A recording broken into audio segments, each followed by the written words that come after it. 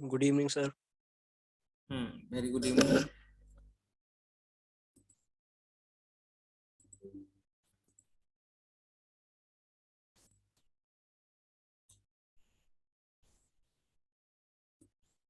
विशाल, ये आपका ऑप्शनल कौन सा सब्जेक्ट है?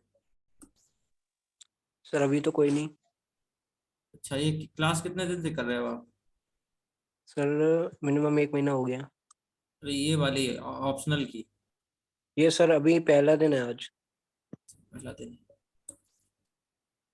चलो, तो सर आप तो करंट अफेयर्स की पढ़ा रहे हो ना इसमें? नहीं, यहाँ तो ये तो ऑप्शनल की क्लास है ना। ऑप्शनल की है या करंट अफेयर? सोशियोलॉजी ऑप्शनल की क्लास है ये। अच्छा सर। Okay sir. मुझे लगा सर करंट अफेयर। एक करंट अफेयर जो है, मैं एक लिंक शेयर करूंगा तो डेली करंट अफेयर्स वो टाइम पे आ जाएगा। द हिंदू का डिस्कशन है, ठीक है। Okay sir. हाँ, द हिंदू का डिस्कशन हुकुम कर रहे हैं, वो मैं लिंक भेज दूंगा, तो चैनल को सब्सक्राइब करके और फिर जो है आपको वो कर लेना, ठीक है। Okay sir. Okay sir. चलो, तो पिंक, ये बताओ कि कल तक कोई भी किसी प्रकार का डाउट? हमने परिवार के बारे में काफी कुछ पढ़ा। No, sir. Everything is clear. तो शुरू करें। जी सर। बच्चों को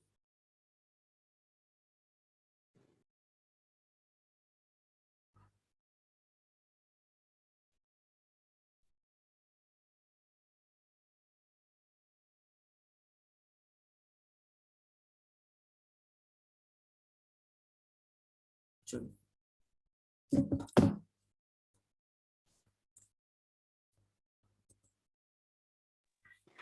सही है आपने ये आर.डी. लैंग की जो बुक बताई थी, पॉलिटिक्स ऑफ द फैमिली, हम्म, इस पे आपने बताया था उन्होंने परिवार की आलोचना की थी कि छोटे छोटे खंड में वहाँ षड्यंत्र होते रहते हैं। उसको विखंडित मन सत्ता होती है या विखंडित मानसिकता? सर मेरे को लगा कि मैंने गलत लिखा हुआ है। क्या बोल रहे हो? वापस से दोबारा आप बोलो।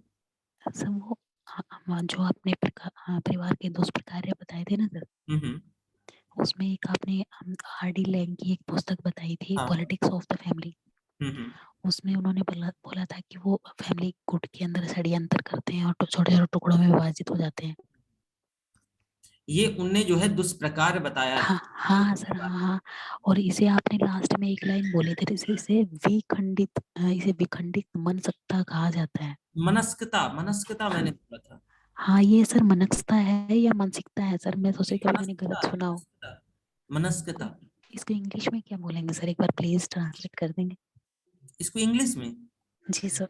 मनस्कता दरअसल मतलब मतभेद की तरह है। Okay sir, okay okay okay.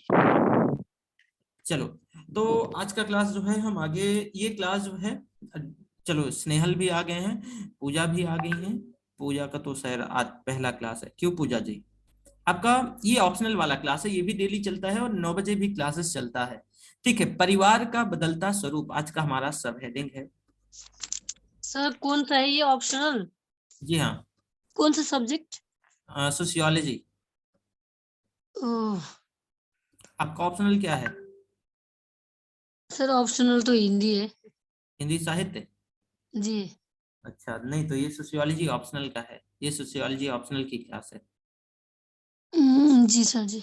और आप 9 PM पर जो है ज्वाइन कर सकते हैं, डेली इकोनॉमी की क्लास होती है डेली। हाँ, इकोनॉमी है मेरा में।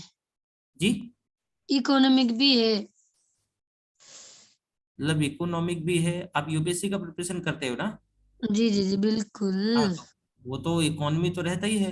हम्म। इकोनॉमिक भी है, नहीं समझा इसका मतलब क्या है? बी है मतलब सोशियोलॉजी छोड़ के इकोनॉमिक्स पॉलिटिक्स है ना। पॉलिटिक्स सब्जेक्ट नहीं होता है जी। पॉलिटी नहीं होता है क्या? वही तो कह रही हूँ। पॉलिटिक्स नहीं होता, आपने पॉलिटिक्स कहा था, polity Indian constitution and polity subject होता है। हाँ हाँ, वही वही वही। अच्छा, तो ये जो है ये, आपको यूपीएससी का सिलेबस पता है? जी सर। अच्छा, मेंस में कितने पेपर होते हैं? मेंस में 3 4 5 6 नहीं पता है सर। खाली GS 1 2 3 4 क्या है वो सबसे मालूम है। अच्छा, यही बस पता है, GS 1 2 3 4 है ना? जी सर, बोल दीजिए ना। क्या बोल दें? क्या कैसे करके पेपर होता है बोल के। चलो ठीक है, हम एक काम करेंगे कि जो है ना कि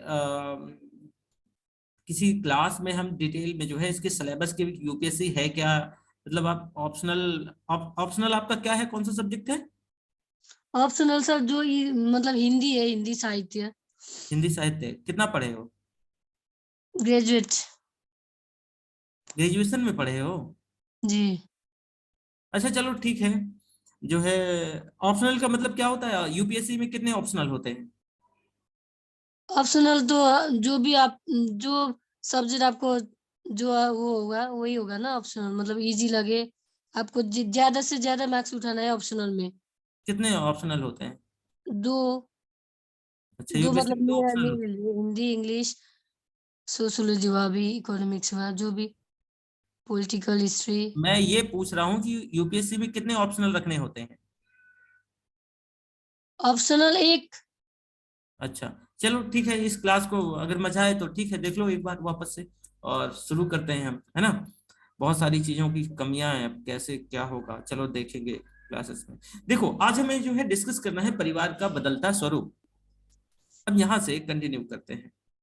देखो भाई, परिवार की संरचना अथवा स्वरूप में निरंतर परिवर्तन देखे जा सकते हैं, और इस परिवर्तन को हम तीन चरणों में विभाजित कर सकते हैं। इन परिवर्तन को हम तीन चरणों में क्या कर सकते हैं, बांट सकते हैं। तीन चरण क्या क्या होते हैं? एक पूर्व औद्योगिक काल, एक औद्योगिक काल और उत्तर औद्योगिक काल। यानी परिवार की संरचना और स्वरूप में जो है जो चेंजेज होते हैं, जो परिवर्तन होते हैं, ये देखे जा सकते हैं। इनको हम तीन चरणों में क्लासिफाई कर सकते हैं। नंबर एक, पूर्व औद्योगिक काल।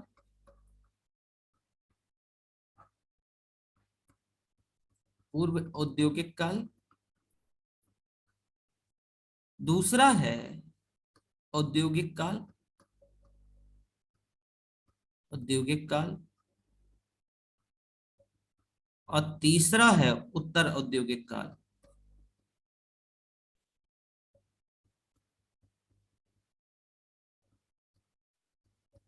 उत्तर औद्योगिक काल। इसे जरा बारी बारी से समझने का प्रयास कीजिए। देखो भाई, पूर्व औद्योगिक काल में, यहां पर पहली कंडीशन में, पूर्व औद्योगिक काल में परिवार ही उपभोग की इकाई है। मतलब परिवार जो है उपभोग की इकाई हुआ करता था, और यही उत्पादन की इकाई हुआ करता था। ज्यादा से ज्यादा सदस्यों को वरीयता दी जाती थी ताकि वे परिवार में आर्थिक योगदान कर सके, और इसीलिए बड़े परिवारों को प्रेफरेंस दी जाती थी। अब परिवार जो है वर्चस्व का भी एक आधार हुआ करता था। कानून व्यवस्था के अनुपस्थिति में बड़े परिवार वर्चस्व का एक उपकरण हुआ करते थे। अब चूंकि कृषि सबसे प्रमुख आर्थिक क्रिया थी, तो भूमि के विखंडन को रोकने के उद्देश्य से संयुक्त परिवारों को वरीयता दी जाती थी। अब चिकित्सा की जो सुविधाओं में कमी के कारण मृत्यु दर भी बहुत उच्च थी, तो इसके कारण असुरक्षा का भाव होता था, तो इसके चलते ज्यादा जन्म दर भी ज्यादा उच्च होती थी। अब परिवार के स्वरूप में एक रूपता जो है वो अनुपस्थित थी। कुछ परिवारों में ज्यादा संतानें जीवित रह जाती थी, जबकि कुछ में कम जीवित रह जाती थी। क्यों ऐसा होता था? दरअसल इसके पीछे का कारण इस वजह से था कि जो प्रॉपर जो है मेडिकल सेवाएं नहीं थी। तो पॉसिबिलिटी है कि अगर मान लो कि कुछ ऐसा हो गया हो, कुछ ऐसा हुआ हो कि अभी आप लोगों ने देखा है, ये लड़की थी, ये जो है पर्टिकुलर एक संस्थान से है। इनने जो है वहां पर 60,000 के आसपास इनने फी पेमेंट की है, और इनकी दशा देख लीजिए। इन्हें ये पता नहीं है कि प्री क्या होता है, मेंस क्या होता है, कैसे क्या होता है। और मैं सोचता हूं कि कैसे यूपीएससी कर पाएंगे। जो अभी क्या नाम था इनका, पूजा करके नाम था। हाँ वापस चलते हैं। देखो, पूर्व औद्योगिक काल में एक फैमिली ए है, इंडस्ट्री तो होती नहीं थी, तो एक फैमिली ए है, तो यही जो है उपभोग की इकाई है। उपभोग की इकाई है, और यही उत्पादन की इकाई है। मतलब ये जो उत्पादन करते हैं, उपभोग की इकाई यही है, वो उपभोग कर लेते हैं। तो जब ऐसा होगा तो ज्यादा से ज्यादा सदस्यों को प्रेफरेंस दी जाएगी। क्यों? क्योंकि ज्यादा लोग ज्यादा चीजों का उत्पादन करेंगे। तो प्रेफरेंस किसको दी जाएगी? बड़े परिवार को। ऐसा क्यों? ताकि वो आर्थिक योगदान दे सकें, आर्थिक समर्थन दे सकें। अपने ग्रामीण एरिया में या गरीबी जहां ज्यादा होती है, या बिहार वाले एरिया में आप देखो, खास करके यूपी बिहार में क्यों जनसंख्या ज्यादा है? उसके पीछे का एक कारण जो है यहाँ की गरीबी भी रही है। अब होता क्या है कि देखो, बहुत लोग पढ़े लिखे नहीं रहे, ज्यादा साक्षरता नहीं रही। जब साक्षरता नहीं होती है तो लोगों को बहुत सारी चीजों का आइडिया ही नहीं होता है। साथ में मैंने आपको पूर्व औद्योगिक काल के बारे में बता रहा हूं, तो यहां पर क्या हुआ कि जो उपभोग की इकाई है, जो कंजम्पशन की इकाई है, वो परिवार है, और वही परिवार जो है उत्पादन की भी इकाई है। तो यहां पर ज्यादा से उत्पादन हो सके, ज्यादा से ज्यादा चीजों का क्या हो सके? उत्पादन हो सके।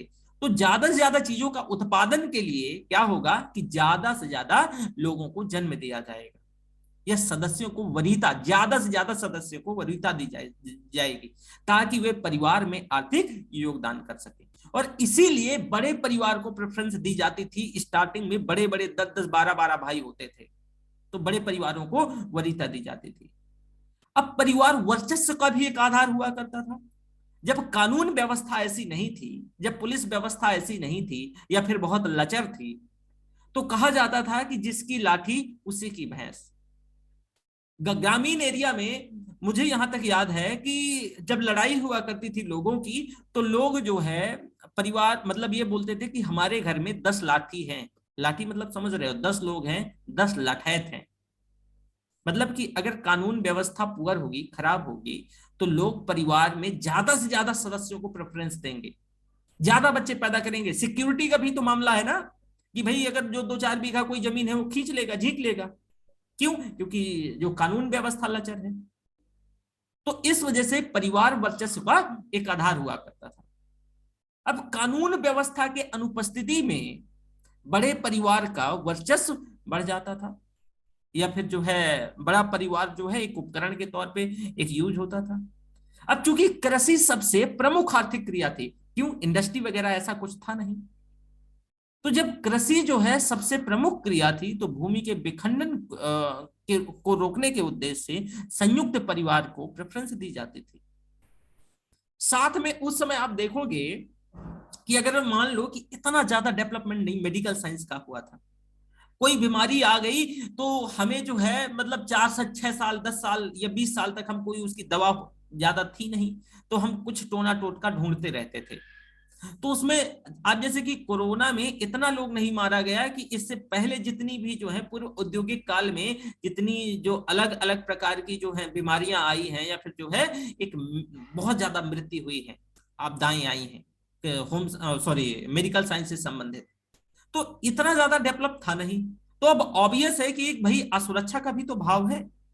तो एक परिवार वो ज्यादा से ज्यादा बच्चों को जन्म देगा, उसका ये मानना होगा कि भाई 10 बच्चों को, कम से कम 10 बच्चे पैदा कर लो, तो अगर कुछ बहुत बड़ी बीमारी उमारी भी आ जाएगी तो कम से कम 5 तो बच ही जाएंगे, 5 तो बच ही जाएंगे। तो जब जब मेडिकल साइंस, जिस जिस देश में आप देखोगे कि मेडिकल साइंस पुअर रहेगा, तो वहां पर एक ये कारण है कि जो परिवारों का जो संख्या है, या फिर आप ऐसे कह लो कि जो ज्वाइंट फैमिली ज्यादा देखने को मिलेगी। और एजुकेशन का भी फैक्टर है। अब यहाँ क्या होता है कि चिकित्सा सुविधा की कमी की वजह से मृत्यु दर बहुत ज्यादा होती है, तो इसके कारण असुरक्षा का भाव होता है। तो जन्म दर भी जब क्या होगी, उच्च होगी। क्यों? क्योंकि ज्यादा से ज्यादा लोग बच्चे पैदा करेंगे। अब परिवार के स्वरूप में यहाँ एक रूपता नहीं देखी जाएगी। जैसे आजकल क्या है कि 2 हम 2 हमारे 2, एक ये मतलब नारा ही नहीं बल्कि लोग इसको मतलब अपना भी रहे हैं कि भाई लोग जो है मैक्स टू मैक्स 2। लेकिन पहले क्या था कि भाई 15, किसी ने मान लो 15 बच्चे पैदा किए। अब ऐसा हुआ कि इनके 15 में से कोई बीमार नहीं हुआ तो 15 ही हुए, अगले ने भी 15 ही पैदा किया था, लेकिन इसमें से जो है ना मतलब बीमार का क्या कि मेडिकल साइंस डेवलप नहीं हुआ था, और हुआ क्या कि जो है कोई आपदा आई, कोई विपदा आई, और इसके चलते क्या है इनमें 3 ही बचे। तो बताओ कि इसमें जो है एक रूपता दिखेगी कि नहीं? नहीं, एक रूपता नहीं दिखेगी। तो परिवारों में ज्यादा संतानें, कुछ में ज्यादा संतानें जीवित रह जाती थी, कुछ में कम। इस वजह से जो है परिवार में एकरूपता भी नहीं दिखती थी। तो बताओ ये पूर्व औद्योगिक काल का परिवार समझ आया जो परिवार का बदलता स्वरूप है या नहीं, ये बताओ पहले।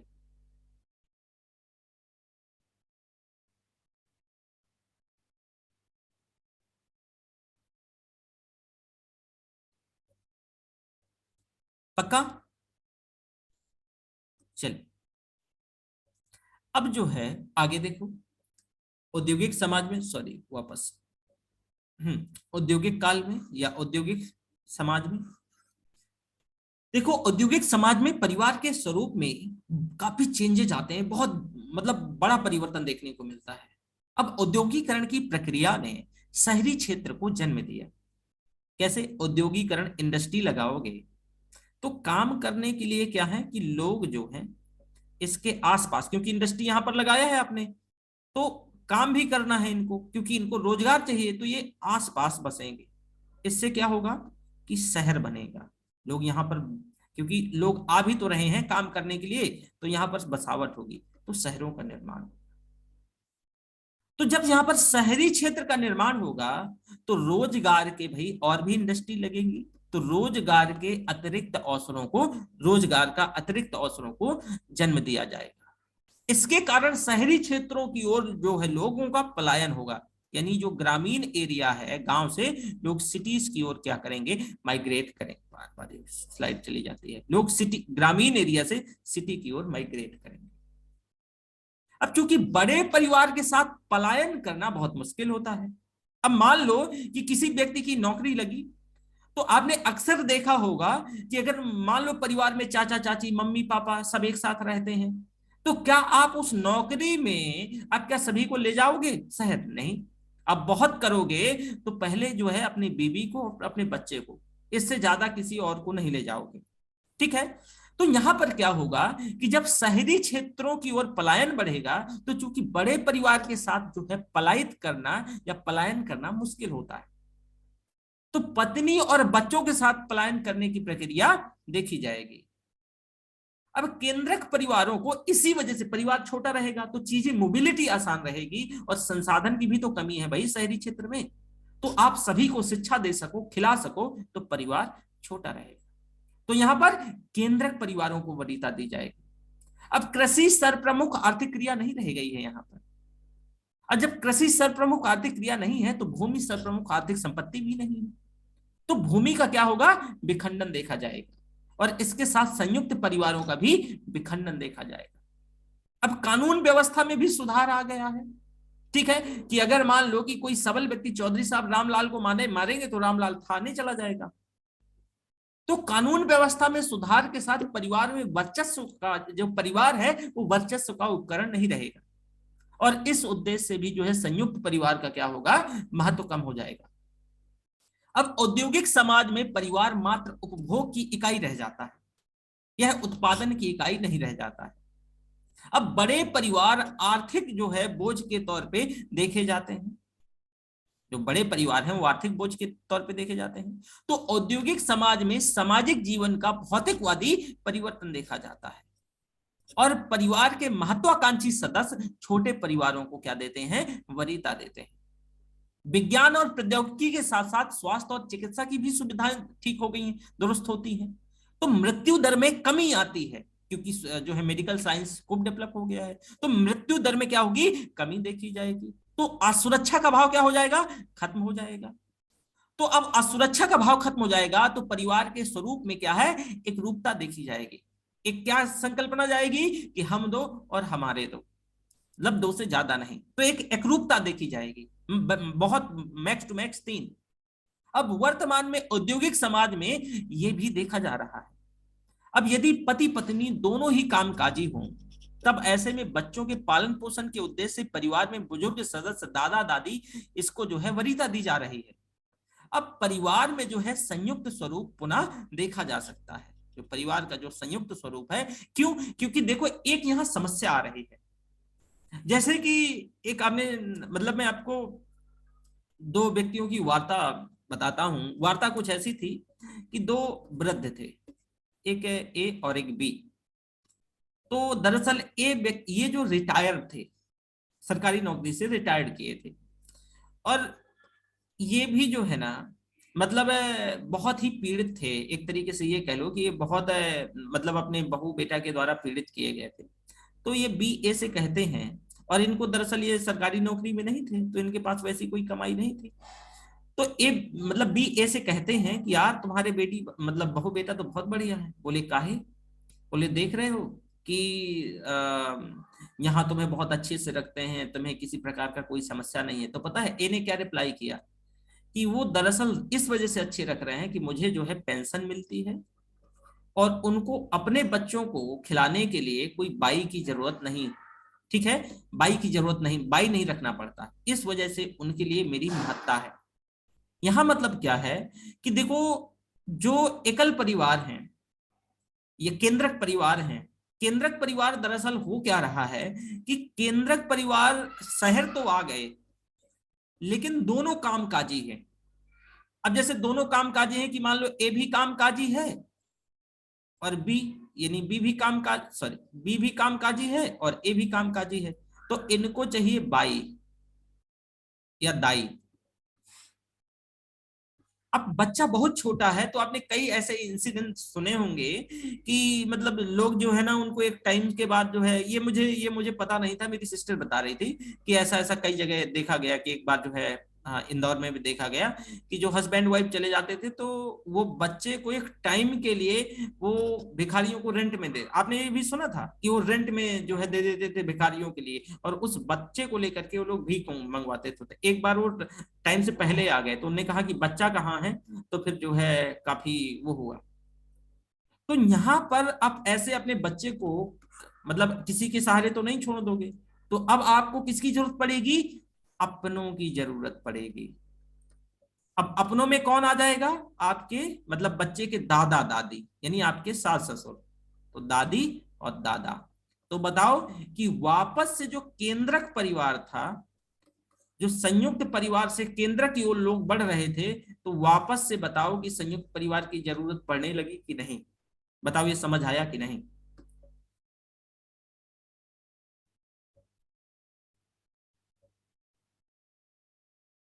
बताओ जल्दी से, आप लोग बता नहीं रहे हो। चलो, तो ये देखा आपने। वापस चलते हैं उत्तर औद्योगिक काल में। क्या है? उत्तर औद्योगिक काल में। अब उत्तर औद्योगिक काल में देखो, उत्तर औद्योगिक समाज में पुनः कुछ परिवर्तन देखे जा रहे हैं या देखे जा सकते हैं। अब अंदर से खोखले परिवार सामान्य हो रहे हैं। अब यह वैसे परिवार को संबोधित करते हैं जिसमें पति पत्नी और पति पत्नी में किसी भी प्रकार का कोई भावनात्मक संबंध नहीं होता है। एकल अभिभावक परिवार भी मतलब जो है, एकल अभिभावक परिवार भी जो है सामान्य होते जा रहे हैं। अब समलैंगिक परिवार भी जो है देखे जा सकते हैं। तो यहां तक कि जो सहनिवास पर आधारित जो लिविंग रिलेशनशिप है, तो इससे जो संबंध भी प्रचलित हो रहे हैं। पश्चिमी देशों में कानूनी सहयोगी, जिसको लीगल पार्टनर्स कहते हैं, तो जो कानूनी सहयोगी है उसकी भी व्यवस्था प्रचलित हो रही है। तो इस समय जो है ऐसे कई उत्तर औद्योगिक काल में इन परिवारों की भी जो है ना मतलब काफी ज्यादा वृद्धि देखी जा रही है। कि जैसे आप रिलेशन जो लिव इन रिलेशनशिप है, सिंगल पेरेंट है यानी एकल अभिभावक परिवार है, ये एक साथ में जो है लीगल पार्टनर से, खास करके पश्चिमी देशों में जो लीगल पार्टनर्स है, ये जो है इस तरह के भी परिवार देखे जा रहे हैं। तो यहां तक बताओ अगर कोई डाउट है। अगर यहां तक कोई डाउट नहीं है तो आगे हम चलते हैं। अगला हमारा जो है 3 तलाक से संबंधित मुद्दे, सब हेडिंग है 3 तलाक से संबंधित मुद्दे। अब देखो, ये चीज जो है मुझे लगता है कि इसमें कौन सा कोई बहुत रॉकेट साइंस था सोशियोलॉजी पढ़ने में। 3 तलाक से संबंधित मुद्दे।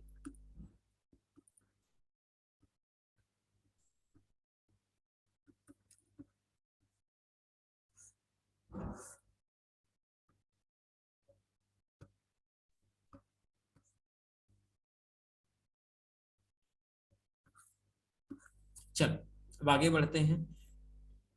हाँ, प्रतिभा सरोज आपका प्रतिभा सरोज जो है ये ऑप्शनल की क्लासेस हैं, आपका फी पेड नहीं है। आपने कल भी क्लास करी थी, आज क्लास कर लो, कल एक और क्लास मिलेगी आपको।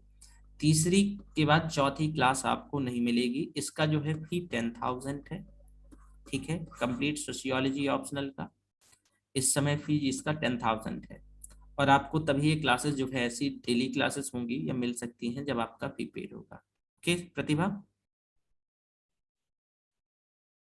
प्रतिभा सरोज, आप मुझे सुन पा रहे हो? Yes sir. हाँ ठीक है। निधि आपके लिए नहीं था ये निधि, लेकिन आपके लिए जो है ना बहुत सारे प्रेशर में झेल रहा हूँ, ठीक है। यहाँ पर Yes, sir. प्रतिभा उपाध्याय और प्रतिभा सरोज दो स्टूडेंट हैं, तो निधि उपाध्याय उर्फ प्रतिभा उपाध्याय। सर प्रतिभा उपाध्याय उर्फ निधि उपाध्याय। अच्छा जो भी है, चलो 3 तलाक से संबंधित मुद्दे देख लो। हिंदुओं में विवाह को बताओ एक बहुत पवित्र बंधन माना गया है, जबकि मुसलमानों में और ईसाइयों में इसको एक कॉन्ट्रैक्ट माना गया है। तो मुसलमानों की ही तरह ईसाइयों और जनजातियों में भी विवाह को एक अनुबंध माना जाता है। अब चूंकि हिंदुओं में विवाह को एक पवित्र बंधन माना गया था, तो पारंपरिक तौर से पारंपरिक रूप में हिंदुओं में विवाह विच्छेद की अनुमति क्या है? हाँ? ये जो है ना, ये बच्ची जो है परेशान करती है हमें, वही आपने देखा होगा जो क्लास के बीच में अक्सर आती है। तो हाँ, तो यहाँ पर जो है पारंपरिक हिंदुओं में जो विवाह विच्छेद की अनुमति नहीं थी। और कई बार ऐसा देखने को भी मिलता है, हालांकि मतलब पर्टिकुलर आपका भी विचार। अब देखो कि आपको अगर ये क्वेश्चन लिखना हो और आपको क्रिटिक एग्जामिन करना हो, तो आपको ये ध्यान रखना होगा, मैं इसे अभी वापस से समझाऊंगा पर इसे सुनना आपको ये ध्यान रखना होगा कि देखो, ये आपने कई बार देखा होगा कि हिंदू समाज में जो विवाह, देखो लीगली जो है कानूनी तौर से तो है, आप जो है किसी से तलाक ले सकते हो, लेकिन सामाजिक तौर से एक तरीके से हिंदुओं में जो है कोई तलाक की व्यवस्था नहीं थी। जब ऐसा होता है तो जैसे कि मान लो कि कोई एक व्यक्ति ए है, उनका हस्बैंड जो है बहुत ही दारू सारू पीता है, बहुत पीटता है ए को, और सॉरी ए अगर उनका हस्बैंड है तो बी को दारू वारू पी के खूब जो है पीटता है, लेकिन बी चाहती है कि मुझे ए के साथ नहीं रहना है, पर बी चाह कर भी समाज के दबाव में ऐसा नहीं कर सकती थी। तो इनके पास मैंने एक ही ऑप्शन देखा कि या तो जीवन भर पिटाई सहती रहे या तो फिर जो है तलाक ले ले, लेकिन तलाक का ऑप्शन है नहीं है, तो ये फिर क्या करेंगी, फांसी के फंदे पे झूल जाएंगी। और मैंने ये केस जो है मतलब बहुत बार देखे हैं, बहुत, मतलब मैं ये आपको 10 से ज्यादा केसेस मैंने देखा है, 10 से ज्यादा केसेस। तो मुझे जो लगता है कि चाहे कोई भी समाज हो, हालांकि अब तो लीगली है, और देखो जो लीगल व्यवस्था है ना तलाक लेने की या जो है डाइवोर्स की, वो बहुत खर्चीली है, और खास करके भारत में इतनी ज्यादा खर्चीली है। हरियाणा में यही सब होता था पहले, हाँ देखा है पिंक मैंने भी। तो देखो क्या होता है कि लीगली ये बहुत बहुत बड़ी मुश्किल की चीज है, बहुत मुश्किल की चीज है, क्योंकि भाई आपने देखा कि अगर आप कितनी बार कोर्ट के चक्कर लगाओगे एक ही चीज में। और दूसरी कि मैंने एक चीज देखा है इस पैट्रियार्की में या पितृसत्तात्मक समाज में कि गलती लाख एक ही हो पर पूरा समाज बी को दोषी ठहराएगा, बी को ही बोलेगा कि बी बदचलन है, इसका करेक्टर ऐसा है, इसका करेक्टर वैसा है, ये वो है, इसमें ये कमी है, वो कमी है, फला है ढेका है। ए को कोई एक बार नहीं कहेगा कि भाई आप ऐसा क्यों करते हो। तो ये पितृसत्तात्मक समाज का कहीं ना कहीं आप ये दुष्प्रकार कह लो कि पितृसत्तात्मक समाज का ये दुष्प्रकार है। और इसके चलते जब एक कुंठा भाई भी कब तक मार सहेगी, कब तक जो है पिटाई सहेगी, तो इसके पास कोई और विकल्प नहीं रहेगा।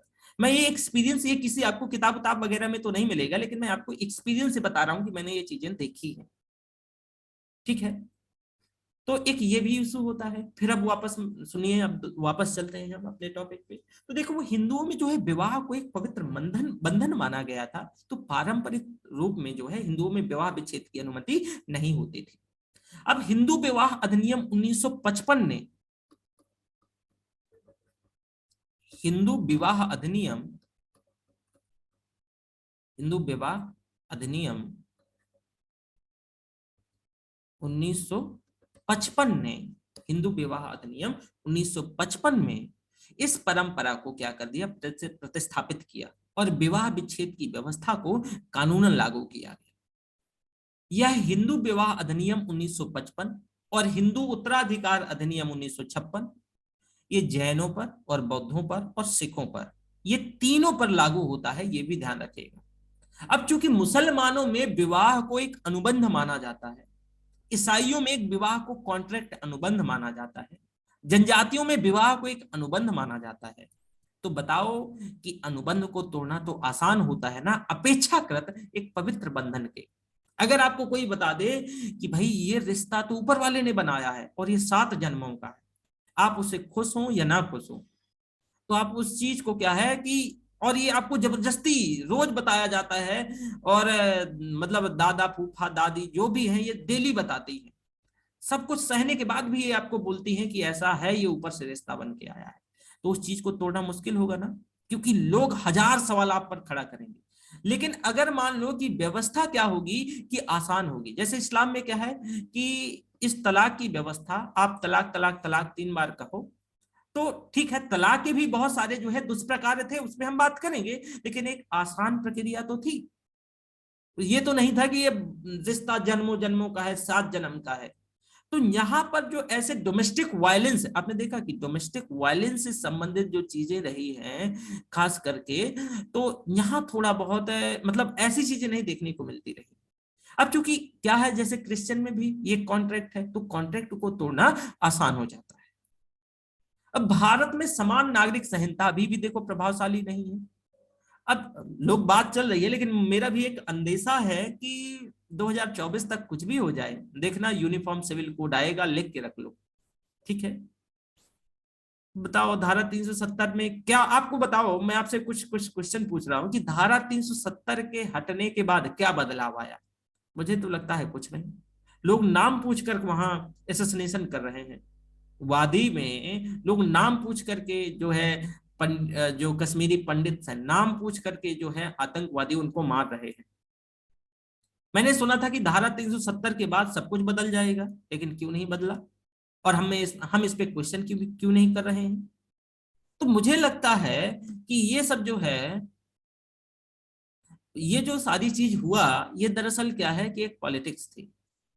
एनआरसी क्या है, पॉलिटिक्स ही तो है। देख लो आप आज, ठीक है, उस समय जब सीएनआरसी का कितना, जब इलेक्शन से पहले आप देखो, तो मेरा अंदेशा ये है कि लोगों को क्या चाहिए, लोगों को धर्म। देखो बीजेपी में मैंने एक चीज देखा कि अगर इनके नेताओं को 4-5 चीज बोल दें, मैं देखो पर्टिकुलर किसी भी अगेन डिस्क्लेमर दे रहा हूं कि मेरा किसी भी पार्टी से कोई लेना देना नहीं है, पर रियलिटी यही है कि अगर 4-5 जो है शब्द हैं, अगर आप इनको हटा दें तो इनको डिबेट करना मुश्किल हो जाएगा। राम, पाकिस्तान, हिंदू यानी धर्म जिसको कहते हैं, ठीक है, राष्ट्रीयता यानी राष्ट्रवाद, जिसे राष्ट्रवाद कह लो, राष्ट्रीयता तो नहीं, राष्ट्रवाद, कुछ 4-5 चीजें जो है ना, इनको हटा दो तो ऐसा लगेगा कि जो है ना बिल्कुल ये फ्लॉप हो गए। और एक लंबे समय तक अगर राष्ट्र का आप उन्नत करना चाहते हैं, तो मुझे लगता है इन सारी चीजों को भूल करके आपको डेवलपमेंट के लिए कुछ जो है इंफ्रास्ट्रक्चर डेवलप करना पड़ेगा। तो भारत में जो समान नागरिक संहिता अब तैयार रही है उसके लिए भी, लेकिन हमारा देश अभी भी उसके लिए तैयार नहीं, ठीक है। और इसीलिए ये यूनिफॉर्म जो सिविल कोड है ये मैंडेटरी नहीं था। मैंडेटरी का मतलब, सॉरी, यूनिफॉर्म सिविल कोड नहीं था, मैंडेटरी का तो क्या है, अलग अलग, मतलब जो सिविल राइट्स हैं तो अलग अलग हमारे संविधान में उनको प्रॉपर, और जैसे फंडामेंटल राइट्स में 25 से 28 में उनके अकॉर्डिंगली प्रैक्टिस करने की बात भी कही गई। लेकिन देखना कि यूनिफॉर्म सिविल कोड जो है ये क्या हो जाएगा, 2024 तक प्रभावशाली हो जाएगा, ठीक है। अब ये राज्य के नीति निर्देशक तत्वों का एक हिस्सा है, परंतु इसे प्रभावशाली नहीं बनाया गया है। तो अल्पसंख्यक समूह और जनजातीय समूह दीवानी कानूनों के संदर्भ में जो अपनी परंपराओं का अनुपालन कर सकते हैं, और इसी आधार पर 1937 में मुस्लिम पर्सनल लॉ एप्लीकेशन एक्ट पारित हुआ, और मुसलमानों को अपने परंपराओं के अनुपालन के लिए अनुमति दी गई उसी के अकॉर्डिंगली। ये कुरान और हदीस पर जो है बेस्ड है, जो 1937 का जो मुस्लिम पर्सनल लॉ एप्लीकेशन है, तो ये जो है कुरान और हदीस की जो चीजें, मतलब जो नियम कानून है उसी पर बेस्ड है। अब भारत अब भी राष्ट्र निर्माण की प्रक्रिया में निरंतर जो है प्रयत्नशील है। अब ये राजनीतिक तौर से अगर आप देखेंगे तो राजनीतिक तौर से तो एक है, परंतु भावनात्मक आधारों पर विभाजित है। अब आजादी के दौरान ऐसा माना गया कि भाई समाज जो है समान नागरिक संहिता को लागू करने के लिए अभी भी परिपक्व नहीं हुआ है। तो सांस्कृतिक तौर से विभाजित एक समाज में इसे एक प्रकार का हस्तक्षेप और अधिकारों का हनन समझा जाएगा। इसलिए क्या किया गया कि इसको जो है यूनिफॉर्म सिविल कोड नहीं बनाया गया, मतलब जो है एक यूनिवर्सल सभी के लिए जो है इसका जो सिविल जो नियम थे, नियम कानून उनके ऊपर छोड़ दिए गए कि आप अपने अकॉर्डिंगली प्रैक्टिस करो। अब हाल ही में सुप्रीम कोर्ट ने उत्तराखंड की एक महिला सायरा बानो, आपको पता होगा, नाम सुना होगा कई बार, तो सायरा बानो ने एक तलाक बिद्दत, निकाह हलाला और बहुपत्नी विवाह, इसके विरुद्ध उन्होंने एक याचिका दी थी। और इस याचिका के संदर्भ में जो है सुप्रीम कोर्ट ने उनकी जो एक संवैधानिक पीठ का गठन हुआ और इसमें इस पूरे मुद्दे पर अनुच्छेद 14, अनुच्छेद 25 और इसके अंतर्गत उपलब्ध जो मौलिक अधिकार है इनके बीच जो है क्लैश देखा जा रहा था, संघर्ष देखा जा रहा था। तो अनुच्छेद 14 समानता का जो अधिकार है वो प्रदान करता है, आपको आइडिया होगा, जबकि अनुच्छेद 25 से धार्मिक आधार पर जो है ये सुनिश्चित किया गया है, ये तय करता है कि भाई आपको अपनी प्रैक्टिस कैसे करना है। लैंगिक समानता के तौर पे समानता का अधिकार जो है, हालांकि ये बहुत महत्वपूर्ण है, लेकिन कहीं ना कहीं कई बार ऐसा देखने को हुआ कि चाहे वो आपको सबरीमाला का इशू हो या फिर जो तलाक वाला मामला, ये कहीं ना जो हमारा फंडामेंटल राइट्स, ये भी सिमिलरिटी की तो भाई बात करता है, समानता की भी तो बात करता है। तो आप एक तरफ कह रहे हो कि कई बार की जैसे सबरीमाला में जो है महिलाओं को एंट्री नहीं दी जाएगी, या फिर जो है तलाक को लेकर के कि भाई जैसे महिलाओं के साथ जो है बहुत सारे ऐसे दुर्व्यवहार होते रहे, तो ये भी तो लैंगिक समानता का कहीं ना कहीं उल्लंघन है, जो कि आपका 14 इस्टेब्लिश भी करता है, जो मतलब समानता के व्यवहार को इस्टेब्लिश करता है। और साथ ही धार्मिक स्वतंत्रता का अधिकार जो है, तो इसमें क्लैश देखा गया। अब मुसलमानों में दरअसल भाई विवाह विच्छेद को हम 3 प्रारूपों में क्लासिफाई कर सकते हैं। अब 3 क्या क्या है? जो विवाह विच्छेद की प्रक्रिया है वो मुसलमानों में 3 प्रकार की, जो 3 प्रकार पे वर्गीकृत किया गया है। एक होता है तलाक, एक होता है खुला और एक होता है मुबारत।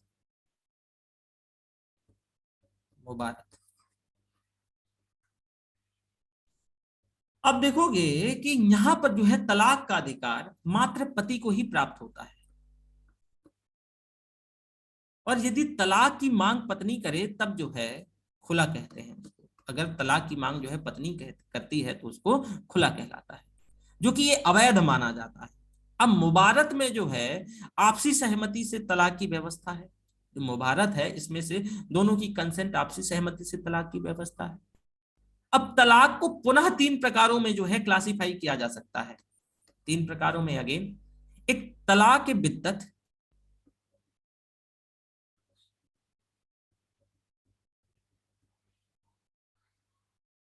तलाक बिद्दत, तलाक एहसन,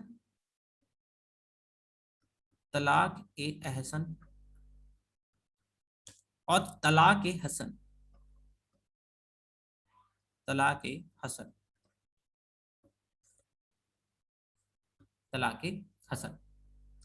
अब तलाक बिद्दत, ये तलाक बिद्दत दरअसल क्या होता है कि एक ही बार में आपने तलाक तलाक तलाक, मतलब तलाक शब्द का जो उच्चारण है वो आपने तलाक शब्द का उच्चारण जो है क्या कहा, तलाक बिद्दत के अंतर्गत कि 3 बार तलाक शब्द का उच्चारण जो है एक साथ कर दिया। ठीक है। अब यहां पर जो तलाक शब्द का उच्चारण 2 गवाहों की उपस्थिति में किया जाता है, परंतु नशे में आके, क्रोध की अवस्था में आकर के ये जो है अगर आपने ऐसे कह दिया तलाक तलाक तलाक तलाक, तो ये जो है तलाक बिद्दत, इंस्टेंट तलाक भी बोलते हैं इसको। एक है तलाक एहसन। तलाक एहसन में तलाक शब्द का जो उच्चारण है एक बार किया जाता है, और इसके बाद जो है पति पत्नी एक दूसरे से 90 दिनों तक अलग रहते हैं। अब 90 दिनों की इस अवधि को इद्दत कहते हैं। क्या कहते हैं, इद्दत। अब यदि पति जो है पत्नी के बीच इस दौरान सुलह हो जाए, पति इस दौरान पत्नी के मतलब जो दोनों पति पत्नी के बीच जो है सुलह कर ले, पति पत्नी से सुलह कर ले, पत्नी पति से सुलह कर ले, इवन दोनों जो है सुलह कर ले, तब तलाक की प्रक्रिया कैंसिल हो जाएगी, पूरी नहीं होगी। इसको तलाक एहसन बोलते हैं। क्या कहते हैं, तलाक एहसन। तलाक हसन में भाई क्या होता है कि तलाक हसन के अंतर्गत तलाक शब्द का जो उच्चारण है वो 3 बार किया जाता है, परंतु एक साथ नहीं। पहले और दूसरे उच्चारण के बीच 30 दिनों का डिफरेंट होना चाहिए, अंतराल होना चाहिए। और साथ ही दूसरे और तीसरे जो उच्चारण है तो उच्चारण के बीच जो है 30 दिनों का अंतराल होना चाहिए। और यहाँ भी 2 गवाहों की जो है जो गवाही है, जो मौजूदगी अनिवार्य है।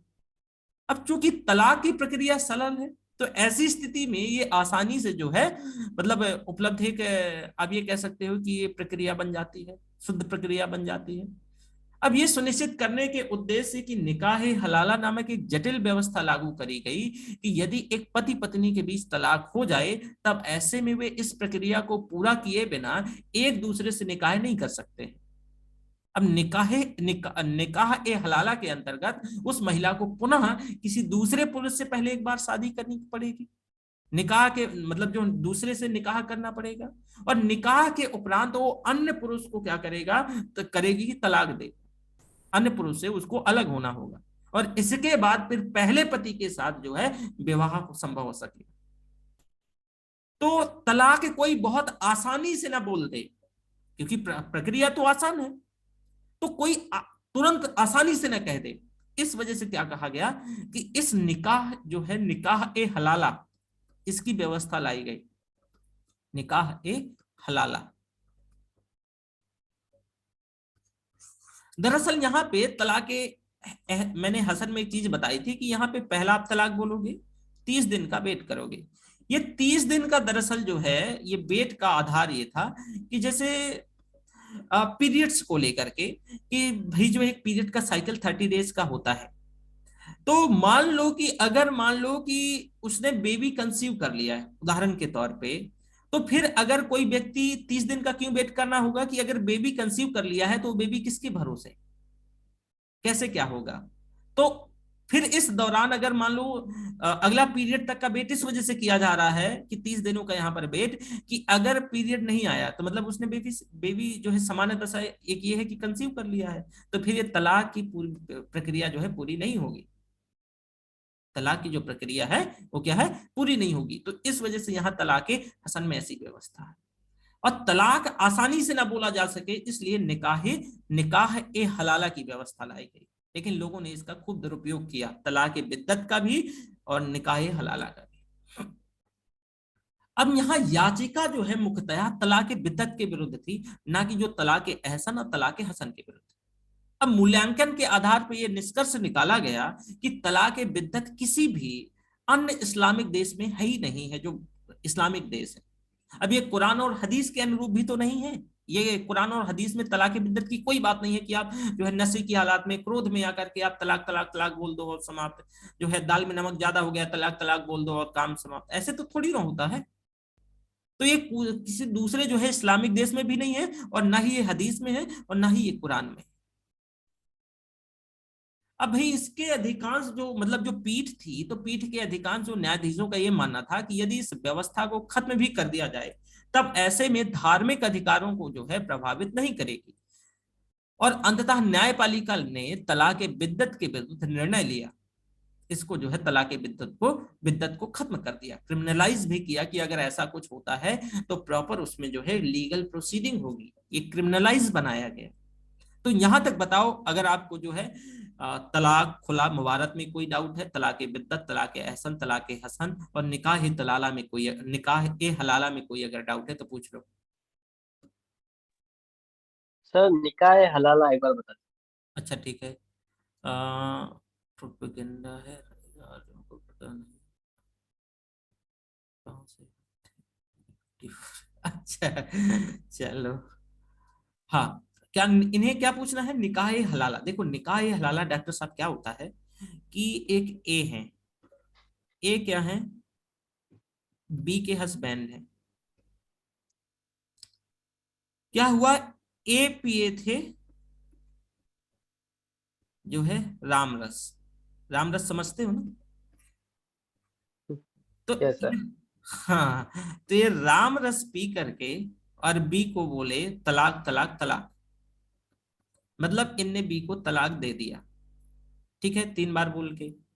अब बी तो असहाय है, तो बी ने क्या किया, अब ये जो है दोबारा सुनिएगा, यहां पर ए चाहता है कुछ दिन बाद कि यार ठीक नहीं हुआ, शायद इनको राम राम रस का नशा उतरा। जब राम रस का नशा उतरा तो इन्हें लगा कि यार शायद हमसे गलती हो गई। अब ए इनसे कह रहे हैं कि चलो आ जाना, कोई बात नहीं, गलती हो गई, चलो सॉरी बोल दिया। ठीक है, ये बोला ए कि हम तुम्हारे बिना जी ही नहीं सकते हैं, वो तो गलती से हो गया था। लेकिन बी ने कहा कि चलो ठीक है, ये प्रोसेस तो है भाई, फॉलो करना पड़ेगा। तो बी कहती है कि चलो ठीक है, तुम्हारी गलती हम मान लेते हैं, तुम्हारी गलती तो है ही है, तो एक प्रोसेस है, वो प्रोसेस पूरा निभाना पड़ेगा, तभी कुछ हो सकता है। तो बी को सी से शादी करनी पड़ेगी। बी को किससे? सी से शादी करनी पड़ेगी। और सी को जब ये बी तलाक देगी और फिर वापस ए से निकाह होगा, इसको निकाह ए हलाला कहा जाएगा। अब यहां पर ठीक है। देखो कि यहां पर क्या है कि बी का बताओ शोषण हुआ यहां पर कि नहीं हुआ? पहली बात तो जी। गलती ए ने करी है, तो भाई इस गलती को तो भुगतना ए को चाहिए। इसमें जो है बी का क्यों शोषण हो रहा है? बी क्यों सी से ना चाहकर भी क्यों सी से शादी करे? नहीं, ये प्रोसेस भी ठीक नहीं है। लेकिन ये दरअसल इस वजह से क्योंकि कोई भावावेश में आकर के तलाक तलाक बोल ना दे, तो निकाह हलाला की व्यवस्था इस वजह से लाई गई। लेकिन इसमें क्या है कि शोषण किसका हुआ? महिलाओं का। ठीक है, तो जी। ये है निकाह हलाला। ठीक है डॉक्टर साहब, यस सर। सर इस अगर बात सी की क्या तलाक ना दे गारंटी तो, है? हाँ देखो, सी तलाक ना दे, जैसे इसने पूछा है सी तलाक, हाँ दोनों ने क्वेश्चन पूछा है, ठीक है। अगर सी तलाक ना दे तो अब जो है पहले शादी ऐसी थोड़ी ना है, कई बार ऐसे मामले तो देखने को मिले ना, कई बार ऐसे मामले पहले से ये तय कर लिया जाता है कि भाई मैं निकाह हलाला के चलते मुझे जो है ए के पास वापस जाना है, लेकिन इस प्रोसेस से गुजरना पड़ेगा। तो इस वजह से जो है ना ये क्या होता होता है कि जो है इस प्रोसेस से गुजरना पड़ता है। अब पॉसिबिलिटी है तलाक ना दे तो ऑब्वियसली कि शादी तो रहेगी, तलाक नहीं देगा तो फिर क्या है? ठीक है, नहीं है तलाक मतलब शादी है, निकाह है, और क्या। ठीक है, कई बार ऐसा बहुत सारी समस्याएं देखने को मिलती है, वही तो बोल रहा हूँ कि मतलब ये जो है गलती ए की थी लेकिन भुगत भी रही है। ओके डॉक्टर साहब और बच्चे। Yes sir. अच्छा, अच्छा ये बताओ, ये मतलब सब्जेक्ट ऐसा मतलब बहुत इंटरेस्टिंग लगता है ना, एकदम मजा आता जी सर। हाँ वाले मजा तो आ रहा है, पर वो थिंकर्स का ही है मेन बस। है। थिंकर्स वाला है, थिंकर्स वाली जी। को एक काम करना कि यहाँ वाली ताकत ज्यादा थिंकर्स वाले में लगा देना है। सर जी थिंकर सर। वाला एक बार और करवा देना प्लीज। करवा दूंगा, तो यहाँ वाली ताकत थिंकर वाले में लगा देना है, थिंकर्स वाले में। ठीक है, और सर पेपर 2 कब से स्टार्ट करेंगे? पेपर 2 यार अभी जो इसी के बाद जैसे ये समाप्त होगा तो तब पेपर 2 स्टार्ट करेंगे। ठीक ठीक ठीक सर। तो यहाँ तक चीजें हो गई। अब भाई इसमें से जो है समाजशास्त्री आधारों पर प्रजाति केंद्रिकता, इसकी अवधारणा के अंतर्गत जब एक सांस्कृतिक समूह के सदस्य अपनी संस्कृति को सर्वोत्तम मान करके इसकी तुलना अन्य संस्कृतियों का मतलब इसकी तुलना जो है अन्य संस्कृतियों से करते हैं, तब यह अन्य संस्कृतियां हीन प्रतीत होती हैं। और समाज शास्त्र में ही सांस्कृतिक सापेक्षवाद की अवधारणा प्रजाति केंद्रिकता का विरोध करती है, और इसके अनुसार कोई भी संस्कृति अपने आप में सही या गलत नहीं हो सकती। इसे उस समाज के संदर्भ में देखा जाना चाहिए जिसमें से जो है मतलब उसका अनुपालन हो रहा हो, जो समाज में ये चल रही हो। परंतु नैतिक चरमवाद इसकी अवधारणा के अनुसार जो है सांस्कृतिक सापेक्षवाद के नाम पर किसी भी प्रक्रिया को तर्कसंगत नहीं माना जा सकता, और कुछ चीजें जो है नैतिक तौर से वो क्या होती है, चरम होती है। अब लैंगिक समानता भी ऐसी एक चरम अनिवार्य व्यवस्था है। ये समाज में एक वांछनीय मूल्य है और इसके साथ जो है समझौता नहीं होना चाहिए। ठीक है, तो ये हो गया एक टॉपिक है। हाँ पिंक बताओ। सर एक बार दोबारा बता दो ये समाजशास्त्रीय आधारों पर प्रजाति केंद्रिका। अच्छा देखो, मैंने यहाँ पर आपको ये कहा, अच्छा ऊपर वाला सारा चीज आपको समझ आ गया है ना, जितना भी बताया गया। Yes sir. अब देखो, समाजशास्त्रीय आधारों पर जो प्रजाति केंद्रिकता है, इसकी एक अवधारणा है, कॉन्सेप्ट है, और इसका कॉन्सेप्ट ये है कि जब एक सांस्कृतिक समूह के सदस्य अपनी संस्कृति को अच्छा मानते हैं, बेस्ट मानते हैं, और अपनी संस्कृति की तुलना दूसरे की संस्कृति से करते हैं, तो उसको जो दूसरे की संस्कृति है वो हीन दिखाई देती है। ऐसे उदाहरण के तौर पे कि हमारे यहाँ मान लो, जैसे कि हमारे यहाँ आपने कई बार सुना होगा ना कि भाई हमारा एक कल्चर भी था, और देखो इस कपड़े पहनने के पीछे कौन कैसे कपड़े पहनेगा। आप साउथ इंडिया में चले जाओ तो लोग धोती पहनते हैं, सामान्यतः हल्के कपड़े पहनते हैं। आप जो है कश्मीर चले जाओ तो एकदम भारी कपड़े। क्यों? ये सब किसका खेल है? इन्वायरमेंट का खेल है। ठीक है, अब मान लो जैसे जीन्स, जीन्स दरअसल हमारे यहाँ सुटेबल नहीं है। जीन्स किसानों के लिए जो है ना ये आया था, पर हमने इसको फैशन बना लिया। अब अगर हम ये कह लें कि मान लो कि ब्रिटिश कहें हम लोगों को, जो कि कहते भी रहे हैं कि हमारा जो संस्कृति है वो उनकी तुलना में पुअर है, हीन है। जब मूल्यांकन करें कि भाई हमारा संस्कृति क्या है, बेहतर है, और उनका संस्कृति क्या है, खराब है, या हम कह लें कि भाई हमारी संस्कृति देखो धोती कुर्ता और महिलाएं एकदम बढ़िया सा जो है साड़ी और ये सब पहनती है, लेकिन वहां तो लोग हॉट पैंट में और यही सब चल रहा है। ठीक है, तो अगर हम कहें कि भाई उनकी संस्कृति हमारी संस्कृति की अपेक्षा क्या है, हीन प्रतीत होती है, तो समाजशास्त्र में जो है सांस्कृतिक सापेक्षवाद की अवधारणा प्रजाति केंद्रिकता का क्या करती है भाई, विरोध करती है। और वही प्रजाति केंद्रिकता है, प्रजाति केंद्रिकता है। अब साथ में कैसे विरोध करती है कि कोई भी संस्कृति अपने आप में कहती है कि कोई भी, जो ये सांस्कृतिक सापेक्षवाद के अंतर्गत, कि कोई भी संस्कृति अपने आप में सही नहीं हो सकती और न ही गलत हो सकती है। इसे उस समाज के संदर्भ में देखा जाना चाहिए जहां उस संस्कृति को जिया जा रहा है, जहां उसका अनुपालन हो रहा है। परंतु नैतिक चरमवाद की अवधारणा कहती है कि भाई सांस्कृतिक सापेक्षवाद के नाम पर किसी भी प्रक्रिया को हम तर्कसंगत तो नहीं मान लेंगे ना। जो सांस्कृतिक सापेक्षवाद है तो कि वहां उसके हिसाब से देखना चाहिए, तो हम किसी भी प्रक्रिया को ऐसा भी नहीं है कि कुछ भी तर्कसंगत मान ले। तो कुछ चीजें नैतिक तौर से क्या होती हैं, चरम होती है। अब जैसे लैंगिक समानता भी एक ऐसी ही चरम अनिवार्य व्यवस्था है, जरूरी है, लेकिन ये समाज में एक वांछनीय मूल्य है, लेकिन इसके साथ जो है मतलब समझौता नहीं होना चाहिए। पर आप देखते ही हैं, क्या आप बताओ कि लैंगिक समानता के साथ समझौता होना चाहिए? नहीं होना चाहिए, क्योंकि ये पूरी आप भाई आधी आबादी का जो महिलाएं हैं वो आधी आबादी को क्या कर रही हैं, रिप्रेजेंट कर रही हैं। पर क्या बताओ कि उनको आधे अधिकार मिले हैं? अगर आधे अधिकार मिले होते तो हम ट्रिपल तलाक या फिर जो है सबरीमाला का केस तो नहीं डिस्कस कर रहे होते। ठीक है, तो ये कहीं ना कहीं क्या है कि ये दरअसल जो है, ये जो है सांस्कृतिक केंद्रिकता, जो है केंद्रिकता का ही क्या है, इशू है। अब बताओ यहां तक कोई प्रजाति केंद्रिकता, नॉट सांस्कृतिक, सांस्कृतिक सापेक्षवाद और जो है प्रजाति केंद्रिकता, ये बताओ समझ आया कि नहीं?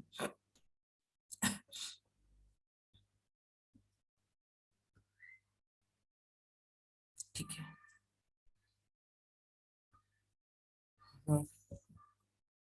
चलो परिवार और गृहस्थी, परिवार और गृहस्थी, परिवार और गृहस्थी,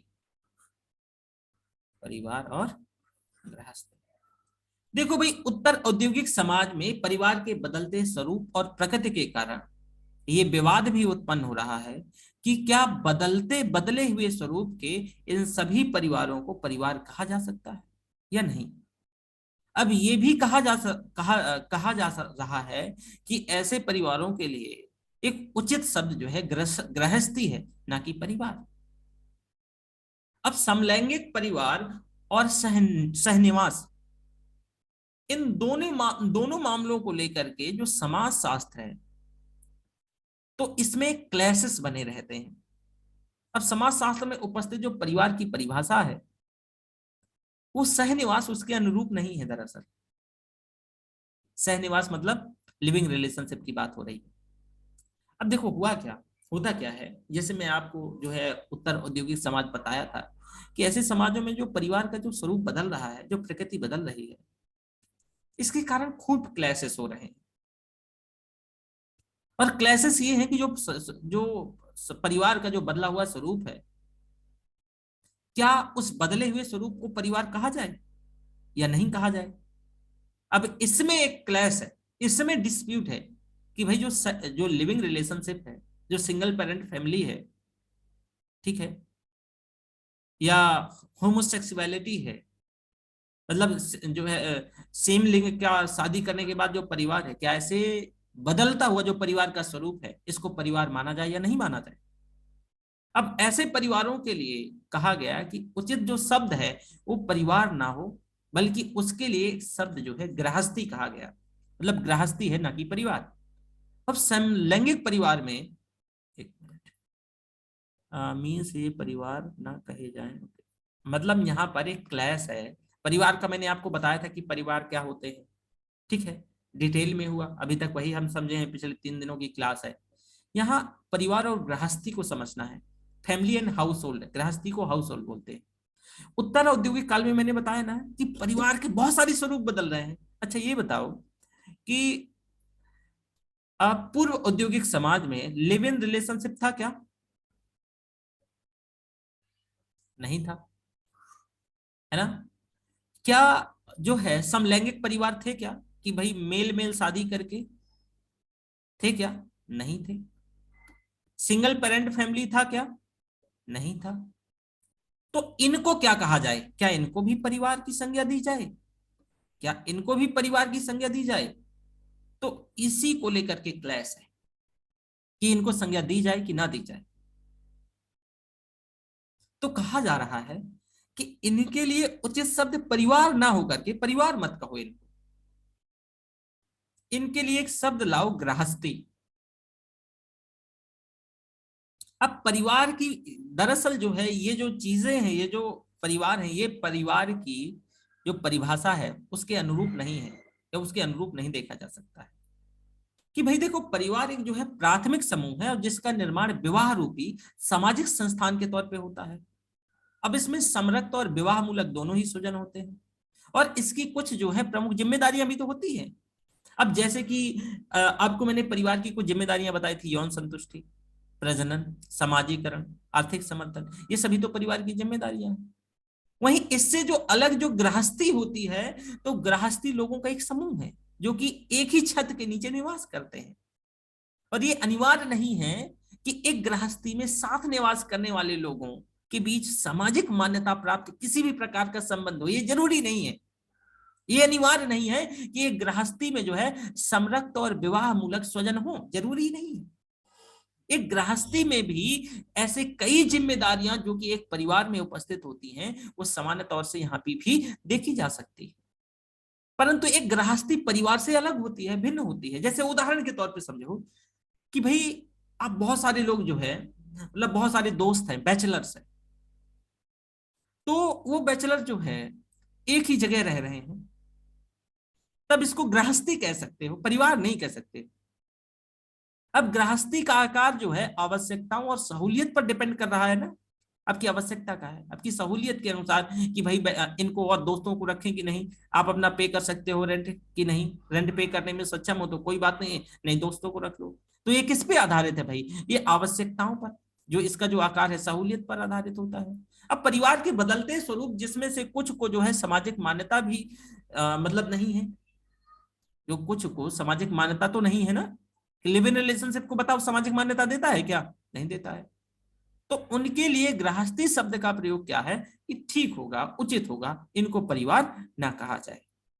अब देख लो कि कितना भी फैमिली हो, मतलब कितना भी, जैसे उदाहरण के तौर पे मैंने देखा कि जिनने शादी लव मैरिज करी थी वो भी अपने बच्चों को अरेंज मैरिज का क्या कर रहे हैं, पाठ पढ़ा रहे हैं। तो यहां पर ये समस्या है ठीक है, तो बताओ परिवार और गृहस्थी में डिफरेंस समझ आया, कि पता चला कि परिवार क्या है, गृहस्थी क्या है। अभी भारत में भी परिवार के आकार और प्रकृति के संदर्भ में बहुत सारी भ्रांतियां हैं, और ऐसी मान्यता रही है कि भारत में प्रारंभ में परिवार जो है संयुक्त हुआ करता था, क्योंकि धीरे धीरे औद्योगिकरण की प्रक्रिया के साथ ये विखंडित हुआ, केंद्रक परिवार में परिवर्तित हुआ। और फिर जो है परिवार के घरेलू आयाम में, मतलब उनकी एक पुस्तक है A.M. शाह की, और उनकी पुस्तक है परिवार के घरेलू आयाम, और इसमें जो है A.M. शाह ने इस भ्रांति को दूर करने का प्रयास भी किया, और उन्होंने गुजरात के एक गांव में परिवार की संरचना का स्टडी किया, और उसका अध्ययन 1950 के दशक में उन्होंने करा, और उनके द्वारा एकत्रित आंकड़ों के साथ साथ उनके जो है पास करीब 1825 के भी आंकड़े थे, और उनके पास 1921 के जनगणना के भी आंकड़े थे, और इन आंकड़ों की तुलना के आधार पर उन्होंने एक कंक्लूजन निकाला कि प्रत्येक परिवार में औसत 4.6 से 4.8 सदस्य, तब एक परिवार में औसत एवरेज की बात हो रही है कि औसतन 4.6 से 4.8 सदस्य। प्रारंभ में भी जो है केंद्रक परिवारों को वरीयता दी जाती थी, और परिवार का यह विखंडन किसी संघर्ष का परिणाम नहीं था। विवाह के उपरांत समानतः पुत्र जो है नई गृहस्थी स्थापित और आपसी सहमति के आधार पर कर रहे हैं। लेकिन भारत में परिवार का स्वरूप विभिन्न क्षेत्रों में अलग अलग रहा है, और ये भी एक सामान्य भ्रांति रही है। अब चूंकि भारत में संयुक्त परिवार जो है सामान्यतः पितृवंशी रहा है, परंतु जो शाह के द्वारा जो स्टडी किया गया उसमें देखा गया कि भाई 6% परिवारों में जो दामाद हैं वो घर जमाई के तौर पे रह रहे हैं। तो एक परिवार भी एक गृहस्थी है, परंतु प्रत्येक गृहस्थी एक परिवार नहीं है। तो यहां तक जो है चीजें, मैंने जो ये किताब है A.M. शाह की, उसके भी बारे में बताया कि इनका अपना क्या स्टडी है जो A.M. शाह। यहां तक हम आज क्लास रखते हैं, ठीक है।